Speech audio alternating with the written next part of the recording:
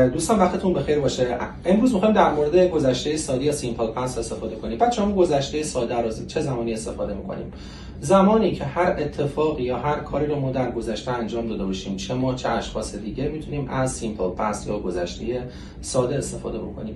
نکته‌ای که هستش اینه که بعضی از افعال ما با قاعده هستن، بعضی از افعال ما بی قاعده هستن. افعال با قاعده مثلا play، مثلا listen، اینها بعدشون ایدی میگیرن در گذشته. مثلا she played football yesterday یا I listened to music yesterday.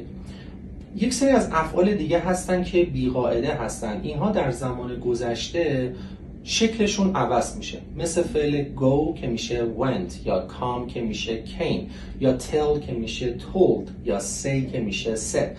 مثلا شما میگین she said to me yesterday یا she told me yesterday about her job. نکته‌ای که هستش بچه‌ها، وقتی که می‌خوایم این جملات رو منفی کنیم معمولاً از didn't استفاده می‌کنیم. یعنی بعد از تمام ما فاعل‌ها و ضمیرهایی که داریم همیشه didn't داریم. به طور مثال شما میگین she didn't go to work yesterday یا I didn't go to work yesterday یا they didn't play football yesterday. نکته‌ای که هستش بعد دقت بکنین، مثل حال ساده، زمانی که شما از گذشته ساده استفاده می‌کنین حتما باید فعلتون در جملات منفی و سوالی به همون حالت عادی برگرده. توی سوالی هم که ما میتونیم did رو بیاریم اول. به طور مثال میگیم که did you go to work yesterday؟ بعد شما میخوایم بگین که no I didn't. وقتی که میگین I didn't باید یادتون باشه چه منفی، چه در حقیقت فاعلتون اول شخص باشه، چه سوم شخص باشه، ما همون فعل رو به صورت ساده میاریم. یه مثال دیگه Did she play football yesterday?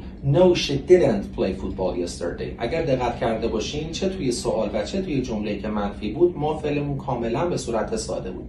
نکته دیگه که هستش، اگر خاطرتون باشه، ما adverbs of frequency که براتون مثال زدم، مثل always، مثل usually، مثل sometimes رو که در جملات حال ساده برای روتینمون استفاده میکنیم، میتونیم در گذشته هم در جملات حال ساده استفاده بکنیم. به طور مثال I didn't sometimes go to school when I was a child.